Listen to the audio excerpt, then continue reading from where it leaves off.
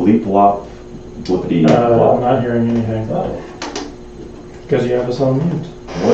What are you talking That's weird about? back. Bleep flop, blip flop, blip flop. You're not going through at all. Free rhymes. I'm not. Hey. There. Oh, I was making noises and nobody heard bleep flops. Nobody heard my flops. What? Is this the intro to Free Minds? It is. Are we freeing our minds by flopping and bleeping? We are. What episode are we on? Oh, it's season 2. Season 2? Episode 4. 4. I forgot. Everything's in Spanish this season. Yeah, Hopefully you're fluent. We're doing the translations after, so it's fine. Okay. Sometimes we translate stuff in CAD. Things.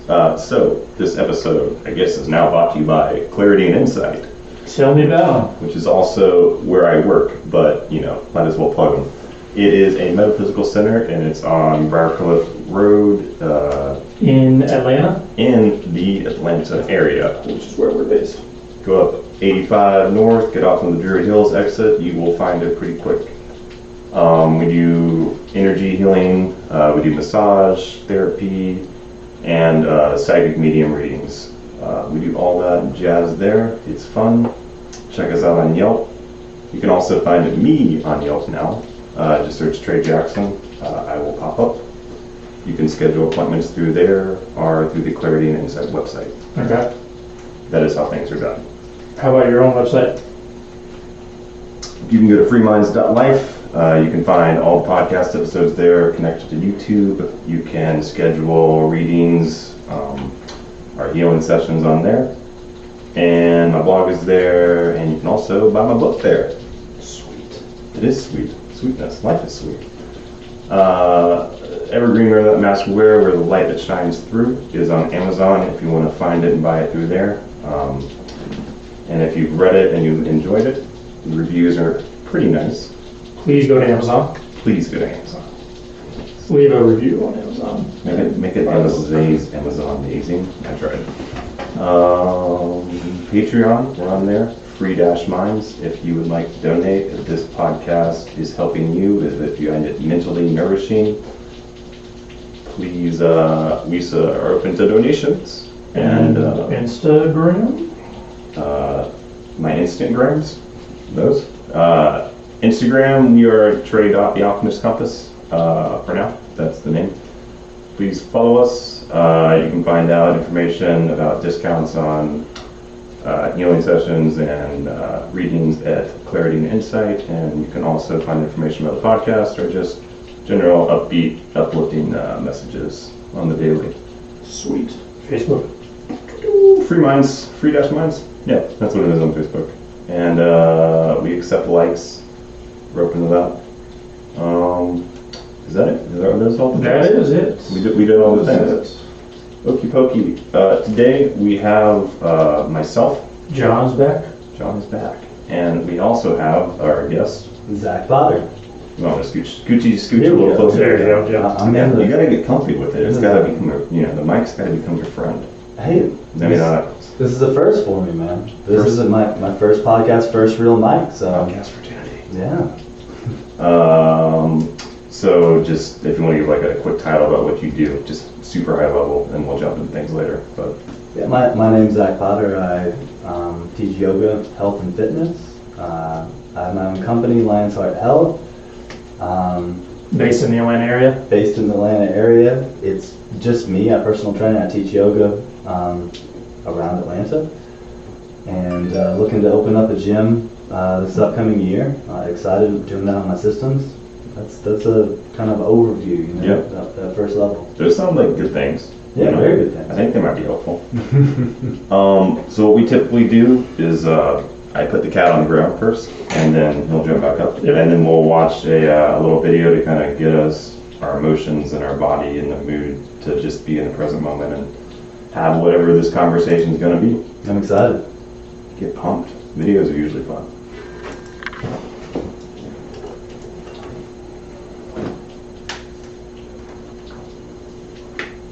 The movement of the clock that produces the newness of life. It is the movement in your mind.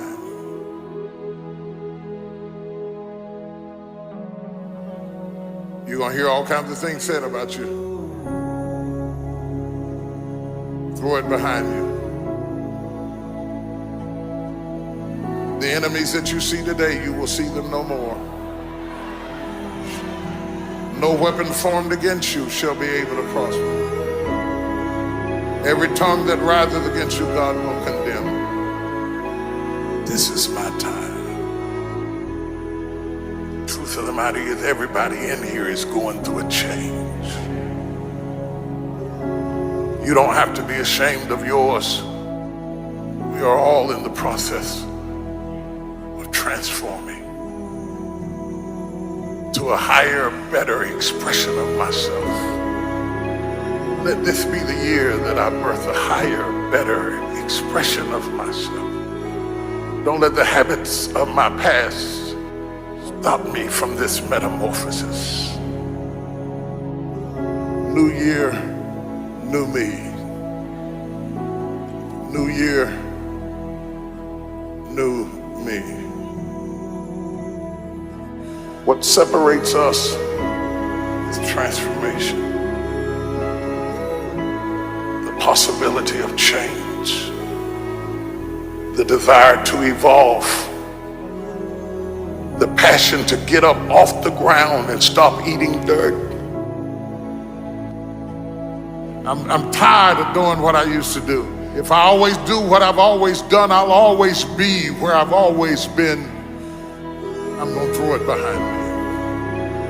There's somebody in this room that nobody would think would be in a church tonight, but you drew them to this place tonight because you want them to be a new me and a new year and have a new attitude and a new mind. Because the real battleground is in your mind. That's where the fight is. You lay down with it. You get up with it. You go to work with it.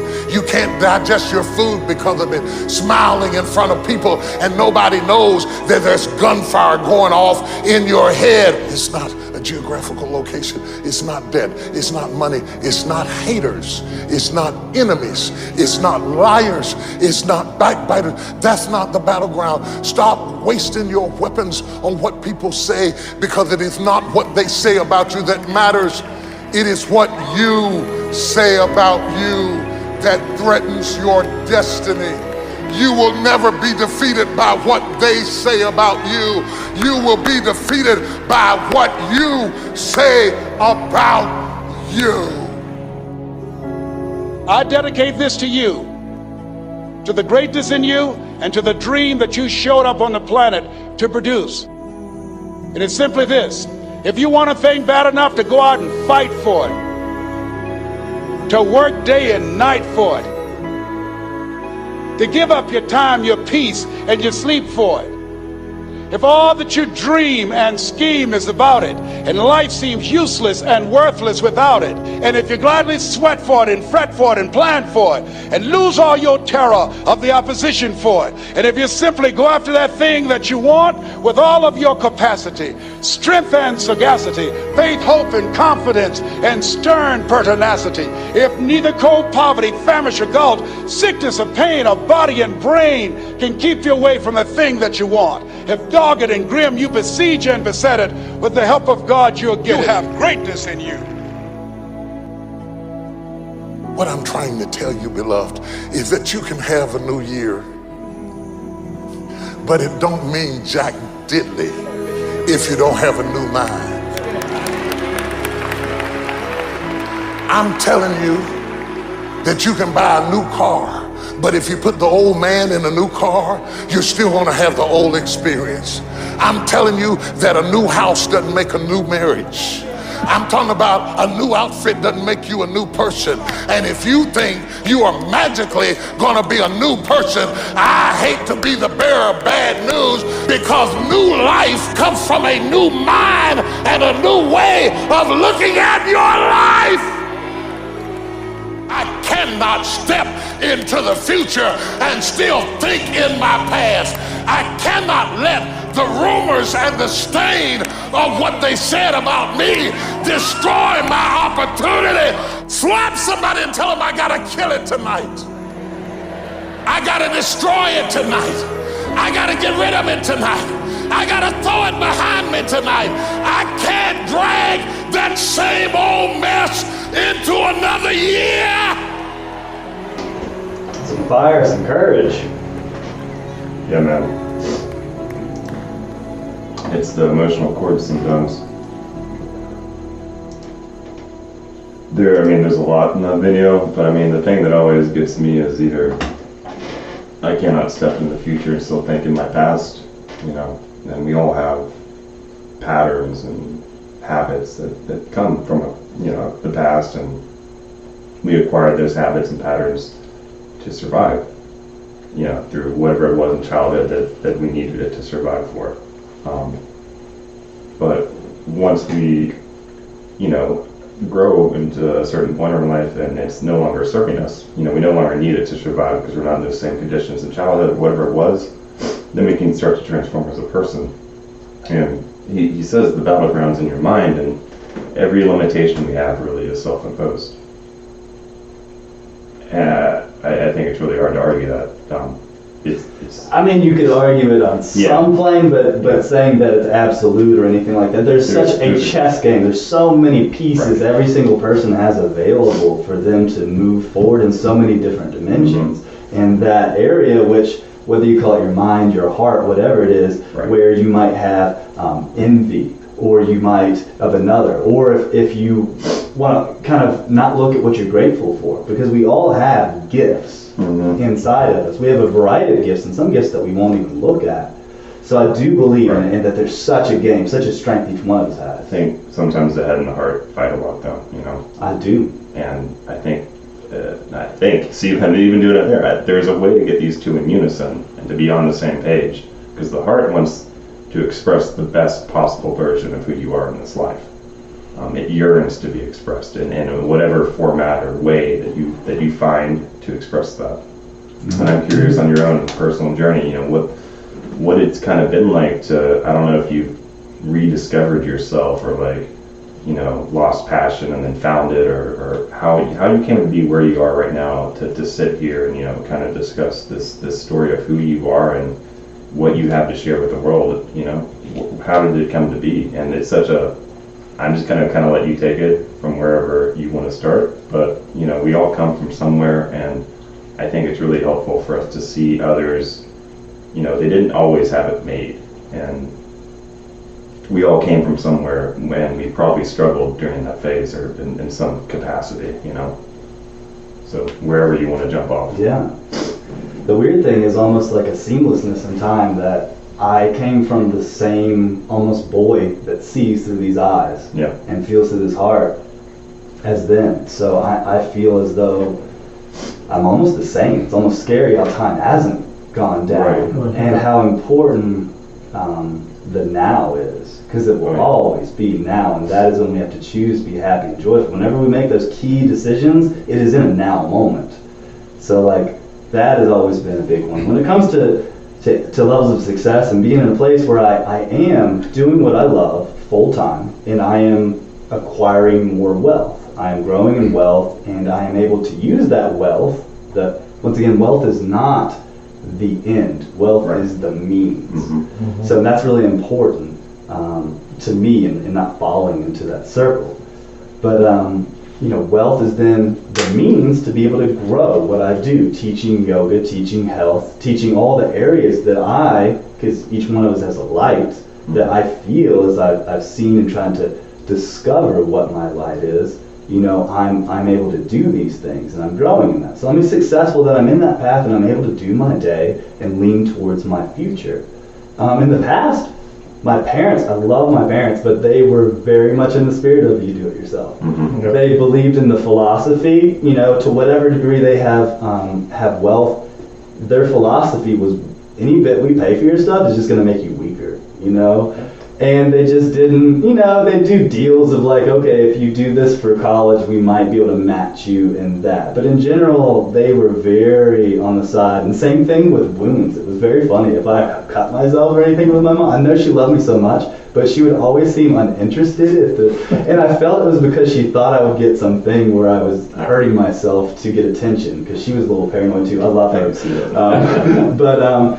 But Yeah, didn't really give me any of that. Now the thing was, I don't know, I fell into entrepreneurship in a way that I had a trade.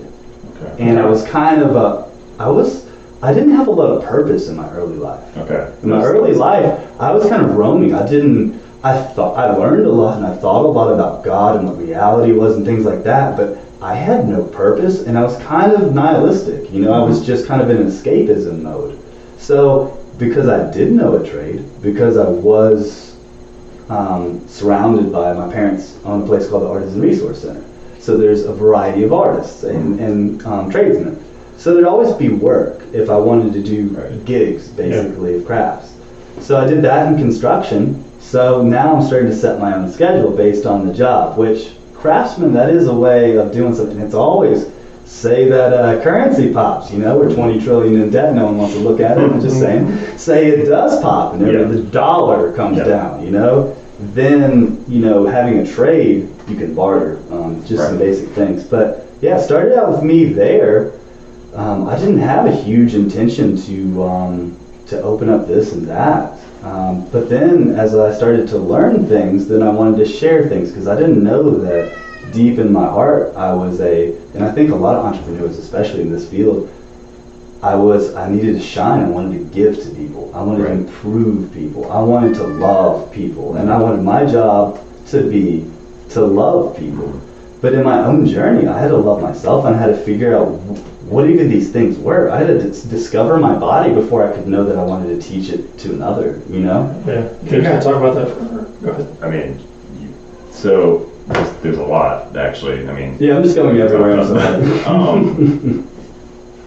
What about, so you said you've always kind of been the same since childhood. I think a lot of people grow up as a child and we lose that childlike mentality, and we, you know, kind of turtle and box into this shape that we don't really want to be in. It sounds like you've kind of kept that same mentality, because I think the best way to express yourself is kind of the way a child would express himself. No fear. You can make mistakes and express yourself in whatever you're feeling in the moment, because that's how kids play, you know? The last one I believe the most in, but there is a lot of shame that happens in our childhood where if someone above us, or, you know, so many weird things can happen. We can get weird things where those aren't there, but very much into the natural express yourself where you're at. I, as a child, and I'm thankful I was in a secure environment in so many ways, I'm very grateful for that. I was able to be with myself consciously and say, I rebel against becoming an adult. And I would try to analyze what were the patterns, because there was this big bridge between when you came almost like a teenager, you became this like, you know, we were like, what's wrong with them, you know? Right. And then they became adults. One of the biggest things was I never understood why they would not run everywhere. Right. It's like, why are you guys just walking? And I knew there was some like weird law, like you're an adult. You can't just run when you're free. And I knew there was this imprisonment. They would all complain about it too. Yeah, I mean, I'm sure you see it, and I don't know if you're pretty present, you can kind of notice other people. They look restricted in a way. In their body. Right. They're not moving in a way that's just whatever. Like, who cares how I move? Like, we can hold shame in our body. Mm-hmm. Yeah. That's a real thing, and we might talk about that soon. I hope but I love that, and I lost it for a long time. I lost my childlike mentality, and it kind of came back out when I wrote my book. It's just like, it's always been there, but I pushed it down, and it seems like you never pushed yours down. You know? I decided the opposite. Then maybe there's a bit of a rebel in me. And the thing was, I wanted to fight against the forces of becoming an adult. So I would do different things to be able to stop that and stay in a childlike mentality. But I felt that of all of society. It was weird. I was so dark and nihilistic because I hated the world. That was the stupidest thing, that we were all in these weird, like, why are we doing this? Idiot. Why are we destroying the environment? Are we all idiots? Like, what's going on? But I still kept like a big smile about the purposeless. And then I was so mad at people with religions. I was like, why do you believe that? That's dumb here. And I was so focused though, once again, even though there might have been beauty in the religions that I came to treasure later, I looked at it very flippantly at what was wrong in them. And I said, why are you part of this stupid reality? And I was in that mindset. Do you, this conversation can go somewhere, but like, do you think you kind of define what your reality is, you know? I think that there's a couple pieces at play. I think there's an objective, so I do. I think there's a subjective, and I think there's an objective, and they dance between each other. You can say the fire isn't hot, but you will actually turn into another element towards all of us. True, but like, so the way somebody experiences something, they say that person hurt me, but then the other person might experience to say, I didn't hurt them, like, and they both believe two different things. And somebody, I think it was Moshe on our episode 4, season 1, who was saying all reality is actually kind of subjective, because I can't tell you that didn't happen if you actually believe it happened, you know? That's kind of weird. I'd say more it's a soft science. Yeah. You know, there's different physics to it, where two people feel offended, almost like a weird chemical reaction, but it's about the science of feelings and how they work between each other. So you think the feeling is probably not concrete, but anyways, I don't know how deep I want to get into this, but I was just curious what you thought about it. Yeah, but I'm always in a state of aporia, being kind of like it's almost agnosticism of that I'm 100% that is what it is. I'm always kind of dance around ideas and how they fit. I don't think we should ever say we know what it is. It's With tough. Words too and labels. When people get too sure of themselves, I start to doubt their intelligence. I'm like, you're that 100, you'll die on it? Like, yeah. I'm like, okay. So I like that you kept the child. Like you said, there were different ways that you kind of kept it alive. Can you think of it? Does anything come to mind? Because you know, a lot of people are struggling with. I know guys that are scared to express themselves, and like I'm one of them. Like even me and John, we're hanging out. It's kind of weird to like be like, hey, let's go for coffee and just like talk about our feelings and shit. Like, do you know what I'm saying? Like, because I might be feeling really heavy and like emotional, but like it's very strange for me to do it with John, who's a really good friend of mine. But there's like almost these laws or something that say like guys don't do that. Yeah. I don't know if you run into that kind of thing at all, or you're just like, whatever, you know? To me, with that type of stuff, there is almost something after childhood of just, honestly, maturation hormones and leadership and tribal structure, and not feeling comfortable that there is a tribal structure, that there are other males that care for you and will protect you, and that these males say that that is acceptable in the way that we have honor amongst ourselves. So in our society of specialized goods and services that where we live alone in a crazy world, those structures for emotional development are missing. Right. Now, we'll say people look at a lot of religions, they're like, oh, I don't need religion, you know, God's everywhere or whatever. But if you look at so many varieties of religions, there are people coming together in small groups of usually male and female and having some kind of structure of getting each other's feelings out. And then that's where they start to commit to. And some person will be like, why do you believe this specific scripture? They don't care. They get something they need by having that expression, that ability to go there. It's a release, for sure. It's I a think, release. and you mentioned it earlier, we hold a lot of this stuff in our body. And there's cycles of build up and release. There's cycles. It's very important to know that it's not like one and done. There's this constant cycle. If you brush your teeth every night, there's these cycles of build up and release.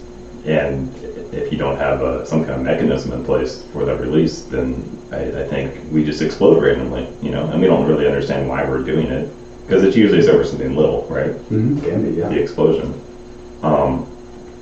I wrote that book and I was like, I released everything I need to release. And then, you know, naturally, that's bullshit. It just accrues, kind of like brushing your teeth. Like you said, it just keeps accruing, and you can choose to express the anger and frustration in the moment, in, you know, a healthy way, probably, right? Or you can just be like, I don't want to feel that way. Let's keep it. Yeah, let's put it off for later. Yeah. And then it builds up.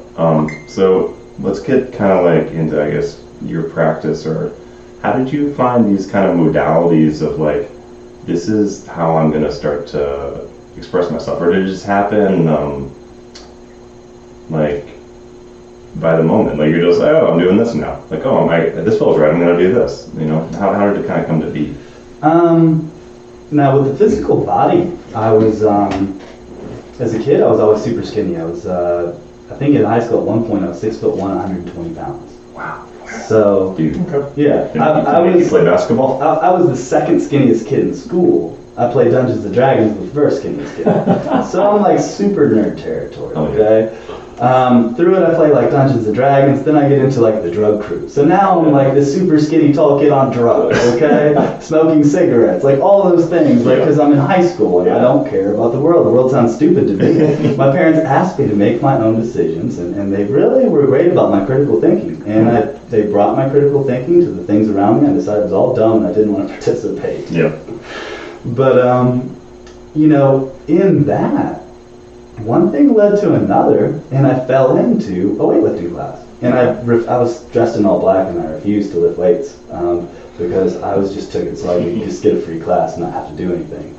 But I was in class, and so I had to sit by the weights. I wasn't allowed to go to lift weights. And Why not?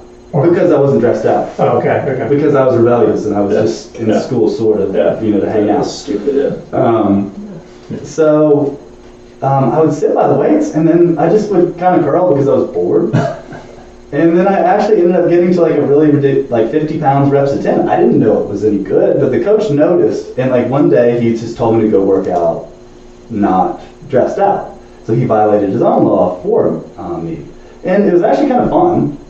And then I like repaid that respect to him. He broke the law for me, and then I was like, okay, I'll dress out. So I dressed out and I started working out, and I had almost immediate results. I felt like there was a warrior stuck in me this whole time. And I had always been the awkward kid. I always didn't want people to throw things at me because I wouldn't be able to catch it. That type of stuff, a total insecurity about, honestly, my body and movement patterns. No one had drilled or taught them to me. The second I started to, all of a sudden, that's when everything kind of like opened up, and I realized there was a warrior I had been repressing all this time.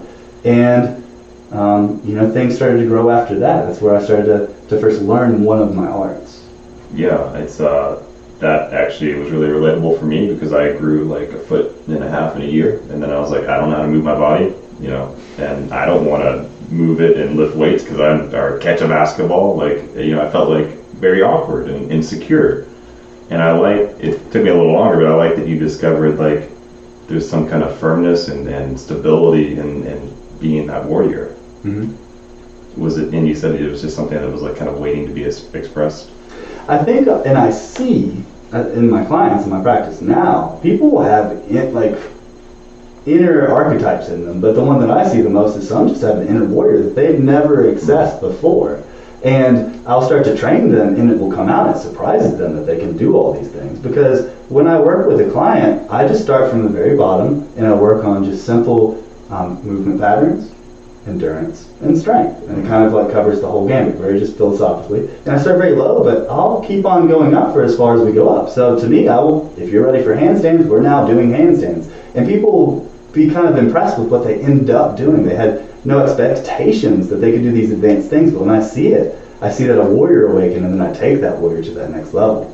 Do you think the no expectations helps? Because yes, well, it depends. There's different personalities. Right. So the ones that are more, I'm just going to do this for general health, or like I should do this, I'm learning it. I don't tell them my intentions for them. I have a secret diabolical plan.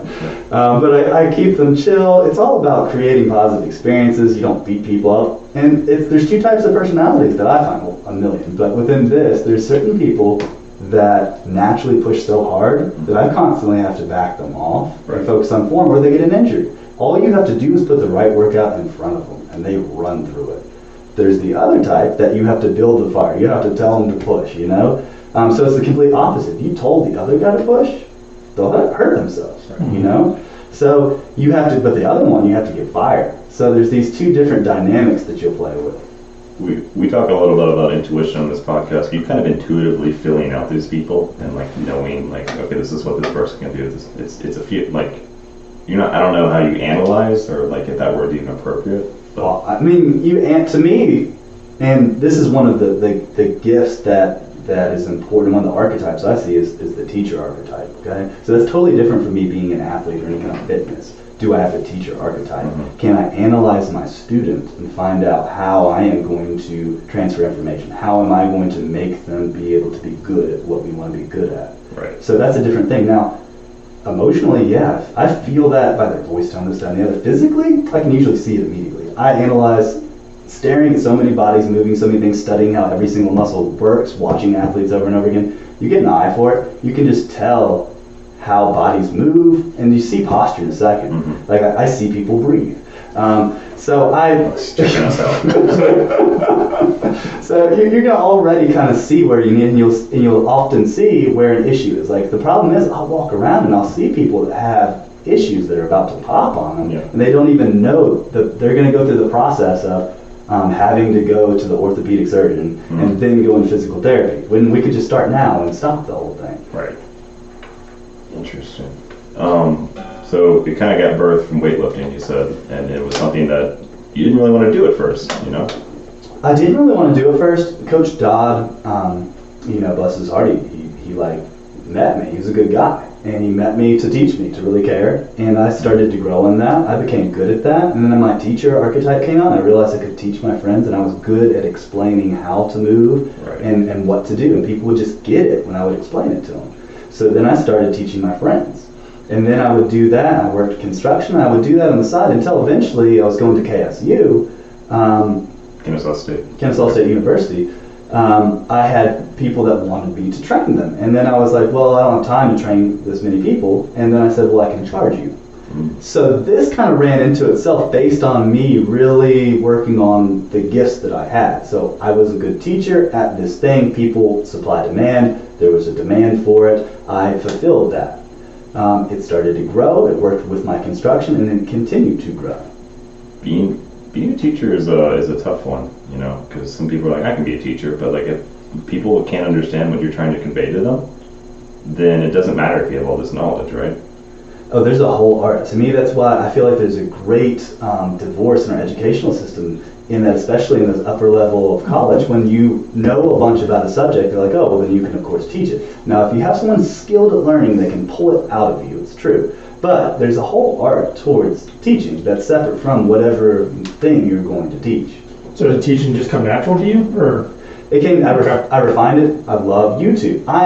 Being a teacher, I'm a learner too. Yeah. When I learn about a concept, I go and see what do 10 people think about it, because I know I can fall to a bias. So I have to look at what all the greats think about that. So you just start to YouTube we're in a beautiful age. Super grateful that we can just pull at all this information and learn, because wisdom is so powerful. But I just had this huge hunger to learn about these things and how to do this better. And I continue to get better at teaching, get better at fitness, get better at these. And I guess that would be a key thing, this getting better at things by seeking knowledge and pulling it in. Mm-hmm. And you mentioned earlier, you're never like, I never fully know anything. That's super important too. Super humbling. We need to know that everybody has biases. And it's beautiful when you start searching and you start being like, okay, well, what are the people that think that this is bad? Because everybody will think there'll always be these multiple camps on every issue. If you just settle into one, you're just going to, to me, it's not a truly wise and well-rounded path. Right, 100%. So you were training people at KSU, your audience kept on growing. How did you form Alliance Heart?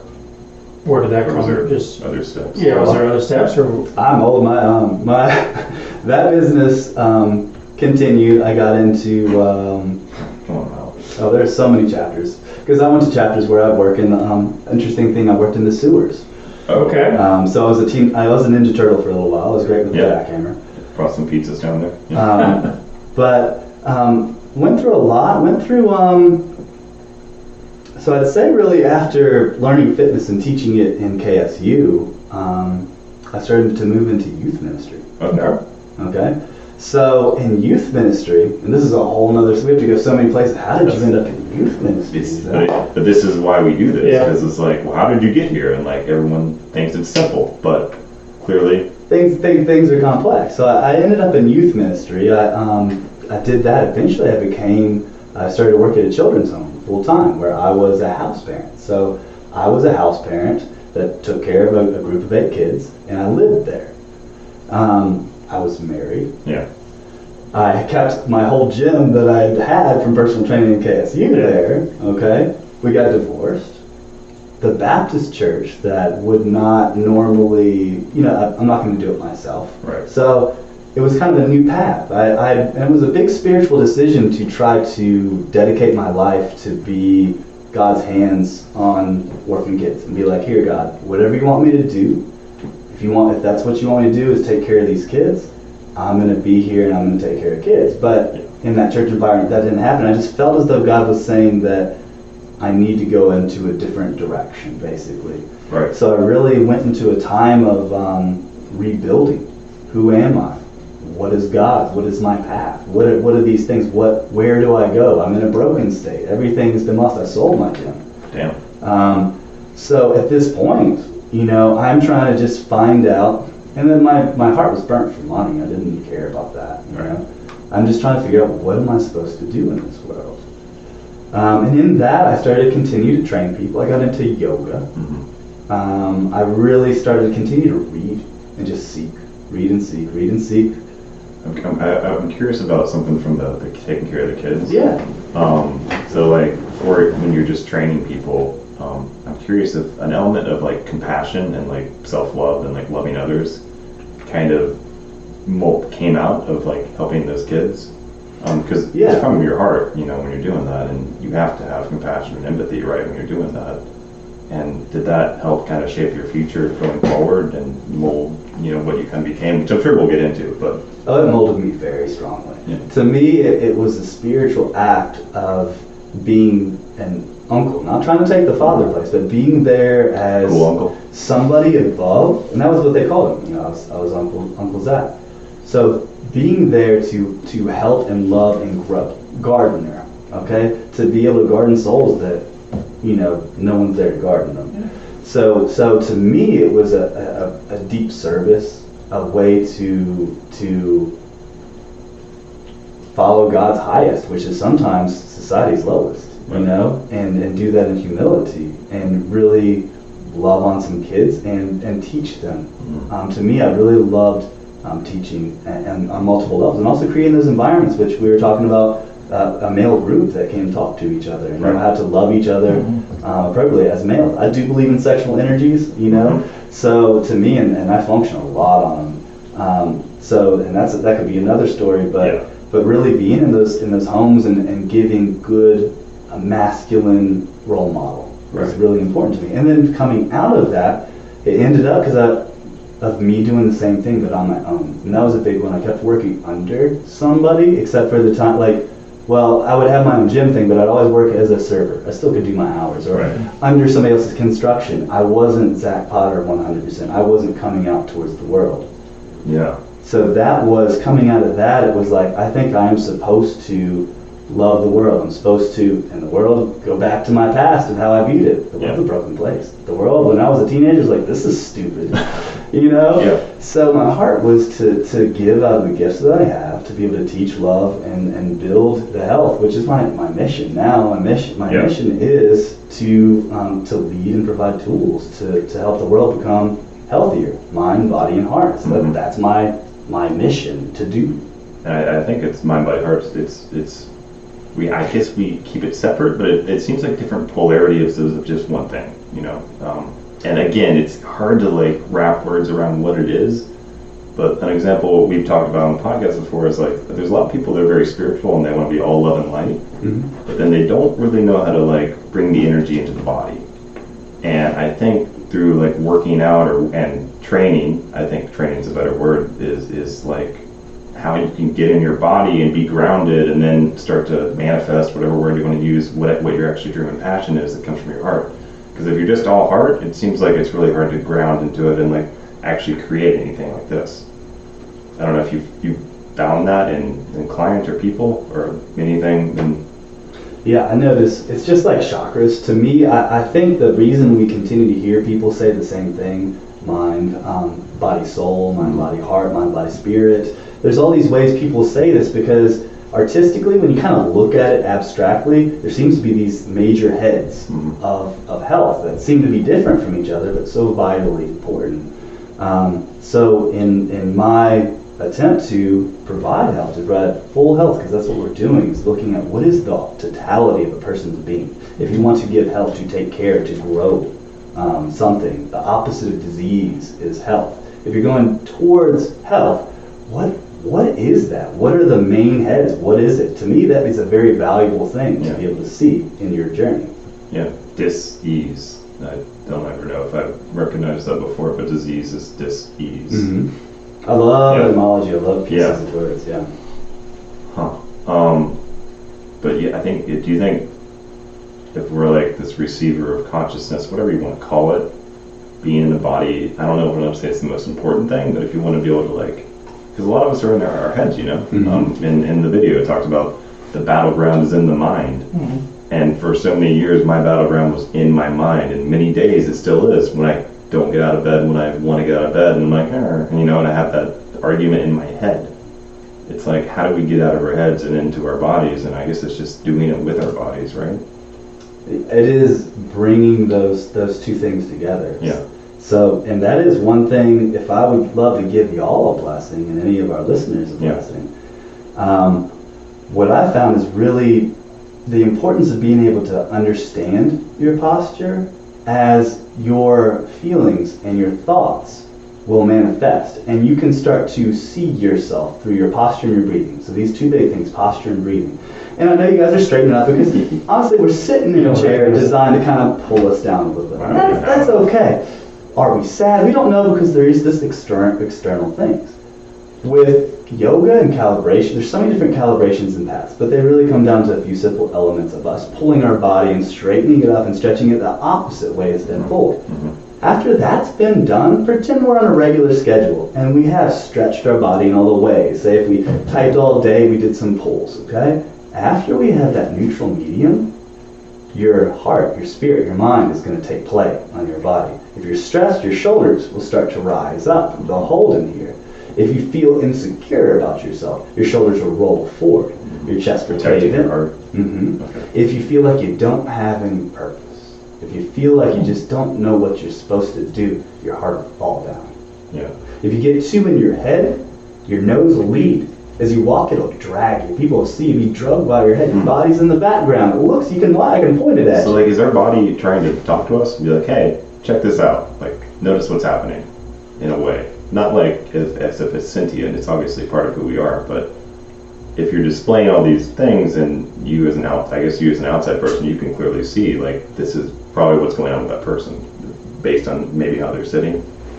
Yeah. It depends, you know, and we're naturally safe, and we're going to experience it. When we're heartbroken, we're going to collapse down. Yep. You know, and when we've just won, even blind people do this when they've just won. And there's a lot about that power posing is a thing, where we do these things, but we power pose and open ourselves and make these opposite positions. So many of our key and fundamental exercises are power poses with resistance, okay, when you really do them right, but you have to know your body. So this relationship with the body, you said, is our body trying to tell us something? To me, it's what can you learn by starting to love and understand your body. So your body, your brain is sending out central nervous system power, okay? Yeah. If there's no, let's talk about that one, if there's no power in your heart, okay, it just doesn't, so it falls. It's not that it's trying to tell you something, Right. it's that an area of your body fell. And can your mind now become aware that area, that one of your men is falling, you know? And can we throw emotions into there too, just to kind of see how they all interplay? So if you're heartbroken, I guess the emotion's part of the body. It's really hard to. They're so intertwined. Right. Or like when you're angry all the time, you know, it goes to a certain organ, like builds there. But you're talking like, is the brain like saying, well, I'm heartbroken, so this just isn't going to have anything? I'm not, but when Is there an origin? I don't like, you know, where's the starting point? Is there a starting point? Do we even, like, we don't know. To me, I'm deeply learning and I hear a lot of theories, but when I visualize the brain, something that I think might help you, if you visualize the brain, instead of visualizing just that top part of the brain that we all think right in the cranium, visualize it with the brainstem going down the spine, because there's a thick bundle of brain going straight down and going right into all these other second brains and branchways, forests, imagine them, great forests that have ecosystems in your gut, okay?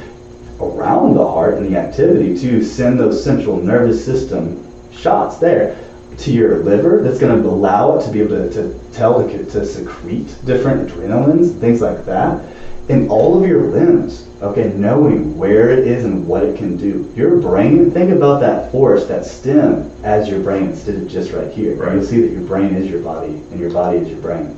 And it's so because somebody told me like there's brain cells in your heart, there's brain cells on the outside of your body is made of the same cellular structure that your brain has apparently, and then the gut brain too. Gut brain, yeah. Nerves are brain.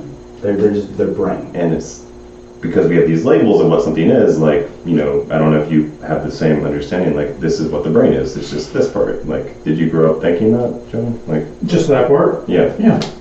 And then, you know, to come today to be like, do you need more water for that? I'm good. Okay, sure. It's just interesting. And you think understanding it helps, too. I think there's so many ways that we can, as we grow, as we improve, that we can start to see ourselves. Yeah. That we can stare into that mirror and see another layer of consciousness. To me, it's how many layers of awareness do we have? So we keep on putting new layers, and we go into that same room and we learn something about architecture, and we understand more about architecture. When you go into that same room and you see your body and you see the rest of the people around you, you're going to have a different layer that you see through, and it's going to help you understand the world and your purpose. But you got to have your purpose, though. Right. But when you talk about learning your body, how do you do that? It may be a loaded question, but any quick advice on how to learn? Especially if, like, he's in a corporate job all day. I drive Uber and Lyft a lot, and like we're in these, like, I don't know if you're in a hot server position, but if I'm driving, I'm in this certain position all day, and it seems like I need to reverse that to come into balance or something. But Yeah, I mean, I'm sitting at a desk all day. yeah, so like for just people that aren't totally consciously aware of the body, is it just like breathing and feeling and getting to know, like, okay, that feels kind of off, or, you know, in yoga you do it too, but like, how do you really get to know your body? To me, that some people, just like all these gifts, some people are born to dance, you know? Yeah. Some people are more aware from the beginning, just like some people are born accountants, okay? But each person has the ability to grow in that 101, know your car. And I would say there's many arts, but I would say if you're gonna pick one, walk down the street, yoga and just doing, honestly, cat-cows thinking intuitively. Any way that you can really not try to accomplish something hard, whatever your level of ability at yoga is, take it down a little bit, breathe into it, and think about feeling what muscle is doing what. Yoga is so good at getting you aware of where your body is and what it's doing and how to create that central nervous system connection. It's not perfectly balanced. There's hardly any pulling in it. It is moving self. I divide athletics into moving self, moving entities, and then locomotion patterns is kind of like the families you'll see over and over again. So it only really takes one, but it's the prime one because it's you, moving yourself. Okay. But just take some easy, don't try super hot yoga. Wim Hof will probably have you doing yoga on ice soon. I do those ice cold showers. I love ice cold showers, but when it comes to getting in touch with your body, just a plain old yoga, that's honestly, some of the greatest things are simple. Just a run-of-the-mill yoga class where you go slow and really get in touch with yourself. Okay. Cool. So how did all this kind of come to, and all this, I guess we'll put an image of it on the YouTube, but you kind of have like a model of how I guess this is your practice, or how would you describe this? I'll let you do it. I don't know it. So we'll put it up, but I was showing you guys a model of the lion's heart. So it's kind of when I think about something, the birth of myself, the birth of this company, I always think about deep foundations. So when I wanted to move and teach health in the most open way, I wanted to think, okay, well, what is the foundation of it? What is the heart of this company? So to me, it wasn't a light thing where I just do something. I took all of everything virtuous, everything known as a virtue, a goodness, a positive ethic. I took it all, I put it on stickers, I put it on... Can we give an example? Just like a virtue. Loyalty, love, charity, dedication, passion, forgiveness. Anything that was a good virtue, a good happening, the opposite of any of your sins would be any honorable deed, honor itself, respect. And how it all... And this is a summary of what were you just kind of like done. free writing and like they kind of came out of you, or? No, this was me wanting to meet with God and meet with what love is, as I have to figure and carve it out myself. This is not all of them written on it. This was just to give you a picture of what I found. As I tried to explore what is love, what is it to be good, what is goodness. So I put them all up on this board. What do I want to be founded? What do I want the foundations? Something even, not too much push, not enough pull, something very even. So I put them all there and I started to condense them and look at where they started to fit into families. And I noticed that certain ones were more similar to each other. So example, in wisdom, things like good strategic thinking, creativity, open-mindedness, these types of strategy type thoughts. When people think about wisdom on its deepest way, it's this deep knowing of what good and evil are and what the path of your life among time is, which is so different from gratitude. Gratitude is such a simple, you learn that from a canine, from a dog. The most simple things, your joy in your heart, and it's bright and it's coming outward. You're so thankful. Those type of things, which is totally different from forgiveness. Letting go with grace. So each one of these families, I was looking, what is life? What is the totality of goodness? And can I make a piece of art that surrounds it? So, it started to come together. I put this together and made a version of it, and then my designer and beautiful girlfriend, Sarah Adams, put it together in a more fashion system. Now, this is the heart of the lion. My logo has this lion. It has a triangle behind it. There's 3 aspects of health that I've defined as I break down all of physical health. And then I break down all of mental health within the circle that goes around the logo. Because they go together. Yeah, so I tried to really analyze. They're so connected. If I'm going to embark in journeying health, what is health? And that's what I made art around. So the program you do now, do you incorporate, you're obviously giving people a workout program, and you're giving them stuff to do with their body. Are you also giving them stuff to do with their mind? With their mind, we do meditations, okay? I've done retreats, and where we will focus on what is our purpose. We'll go somewhere, we'll do exercise, we'll do movement, we'll go on a retreat, and we'll learn a certain aspect of goodness. We can do it, where it's a customized one, or we can do it where it's more of a focus towards one of these virtues. In my actual practice, when we're actually training, I'm going to lead off the workout with a different area of fire, with passion. And I'm constantly, everything's known to be integrated. Every decision that I make for the company is based on these. I hope to continue to expand the heart, and I have a book that I want to write out on it as well. So the heart will continue to grow. Most of my day-to-day is going to be yoga, meditation, and workshops on the physical health and how it's rooted in decisions we make in the heart right here, because your motivation comes from your motives. Yeah, and a lot of those motives, for me, they came from childhood, and I didn't even know they were there. I was like, oh, why am I doing that? We don't really think about, why am I making this certain decision right now? Whether it be an impulsive decision, compulsive, why am I reacting a certain way? They all have their roots somewhere. I don't know how deep you go into the roots. Probably in the retreat you do a little bit, I guess. And I hope to in the future. I hope to go and basically build a story going back into your story. So you make a reverse journal for yourself and really look at yourself and grow in these different areas. So that is a pursuit that I have in the future, of a little bit deeper going and creating other media to do that. So I'm excited about that. Right now, my sights are in my entrepreneurship timeline, because although I'm here and I'm everywhere and I'm from the beginning to the end, I still have a set schedule, and I have to do that kind. And that's so important too, because we get real dreamy. And I know a lot of people in the more spiritual and light world, we get really out there with what our purpose is, but it's tough to each day work with your schedule and your calendar. Yeah. What do I need to do right now, today, the next hour? We get lost sometimes. And you need to have the big vision. You want to know where you want to go. But if you can't be in the now, and sometimes the now sucks, but you need to be here because maybe you have to overcome something so that you can get to that vision. You don't really know what's going to happen each step of the way, but I think it comes back to almost at a basic level. For me, the way I was doing it is I started running, and I'm not a good runner, whatever good runner means, but I couldn't say I'm going to go run 5 miles, because I wouldn't be able to do it. But I could say I'm going to go run a lap from here to here. I'm going to make it to that tree, And I think if we can focus on the short-term goals, then the bigger picture will just kind of happen, right?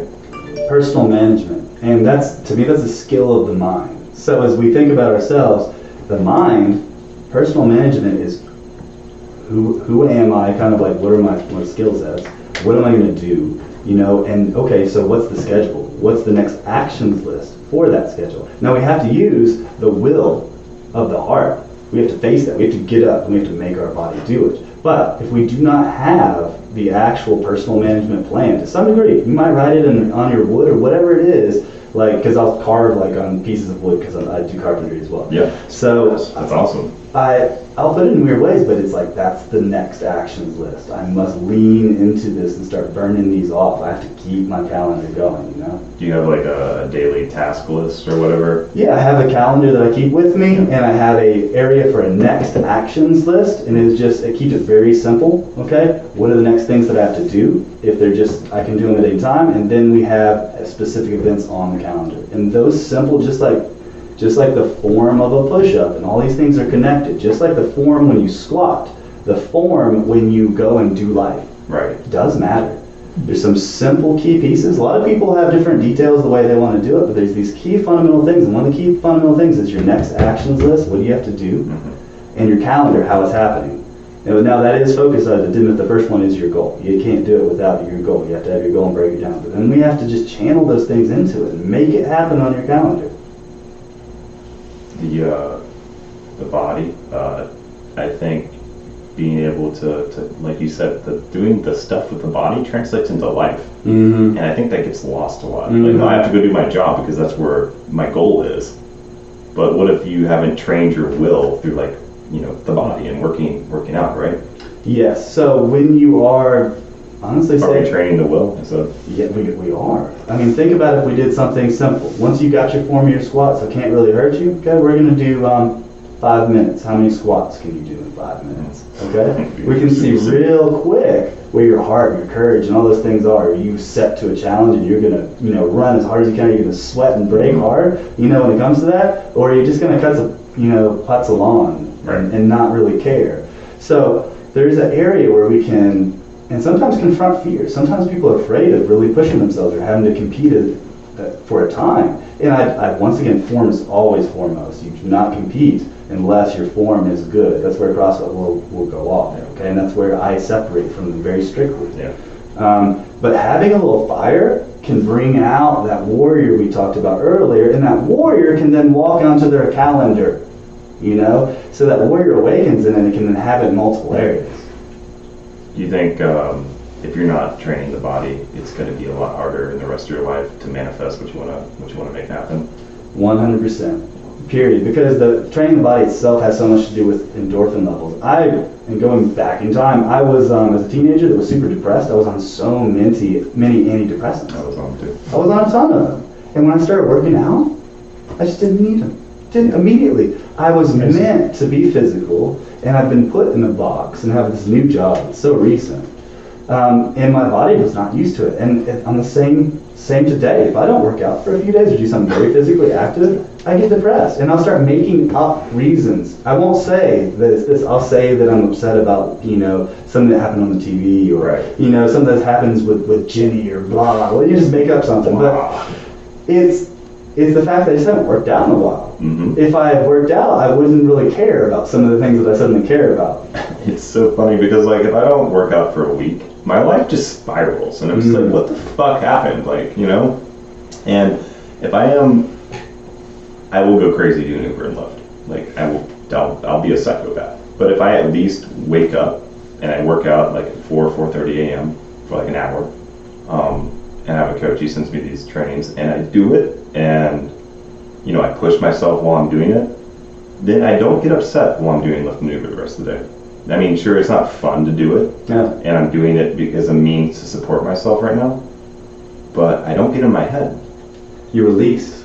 It's really important. We have all these areas that will build up, and it's like a filter that you have to dump out. It's like your coffee filter, it's like brushing your teeth, all these things. Your body goes through cycles, and us warming all the muscles, using them, the central nervous system connection from our brain to the rest of our bodies will start to atrophy if we do not enact it and put it on full. You've got to turn it on like lights on, buddy, on all the areas. And it is so important. I mean, where are we going? I want to enjoy the now, but you will be in the later, hopefully. And you want to be able to move your body. You don't want to make all this money to go to a retirement that you can't physically enjoy. And it's nice to have a healthy body, it is, right? And it's very functional. It can be very useful for others too in times of need.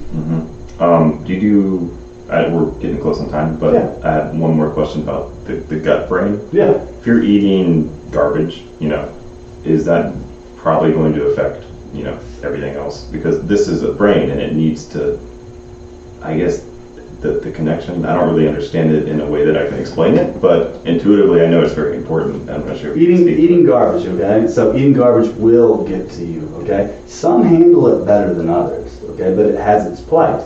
Now here's the thing that will transfer over to a lot of other areas.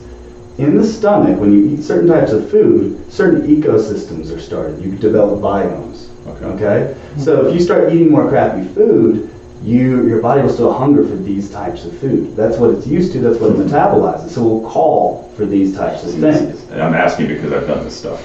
Yes, so it is so important to create healthy biomes. Can we have fun sometimes? Sure, but be very careful because you're creating a biome, and that transfers totally over to your thought.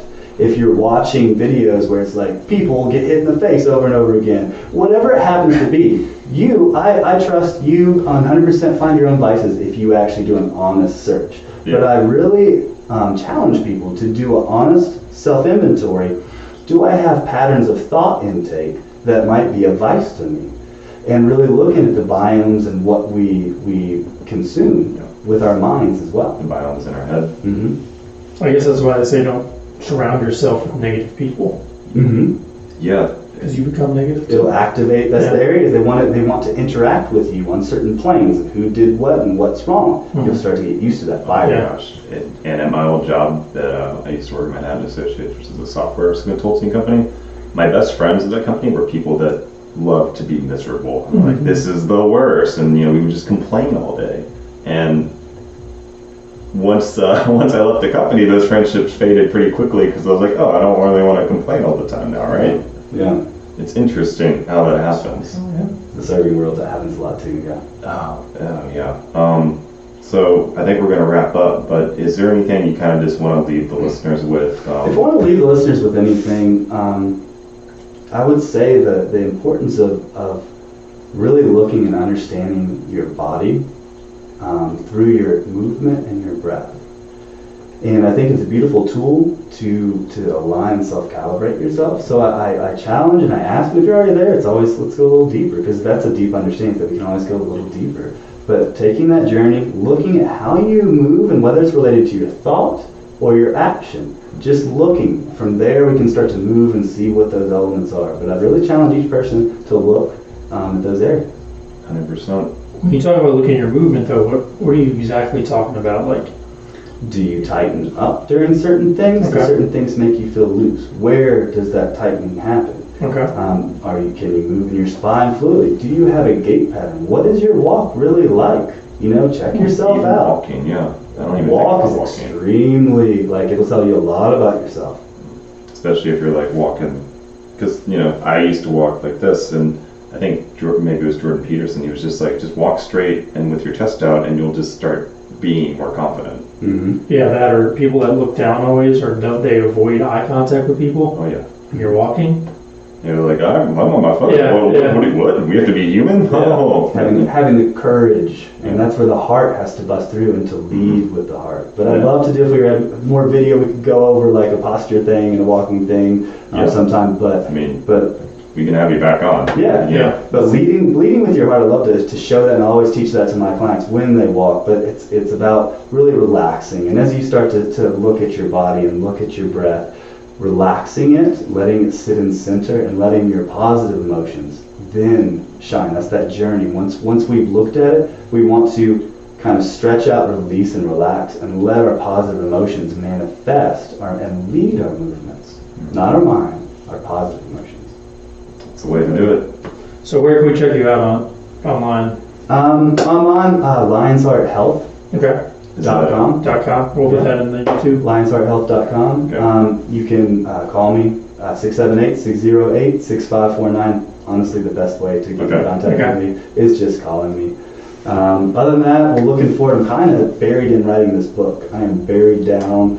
I'm slapful, and I'm looking forward to opening a gym in 2019. So look forward to seeing a Lion's Heart in 2019. In the Atlanta area? It should be in the north perimeter of Atlanta. So around 285 Sandy Springs. Yeah, what do you? Okay. So where do Sandy Springs go? Yeah, around Sandy Springs to Vinings. Between Sandy Springs and Vinings, that's my primary area. Okay. You got an Instagram or a Twitter or anything? Or Not yet. We'll hold it till later. Okay. I guess that's it then. Yeah. Yeah, that was good. Cool. Good. Come on, Zach. Thanks for being here. Absolutely. Yeah. Appreciate Good it. time. We'll put all this stuff online. We'll put all this stuff in the video. So if you want to get the phone number or the website or anything, it'll be in the YouTube links and it'll be in the Instagram post. So you can find Zach that way. Thanks for coming on, man. Appreciate it. Perfect. Take care. Thanks.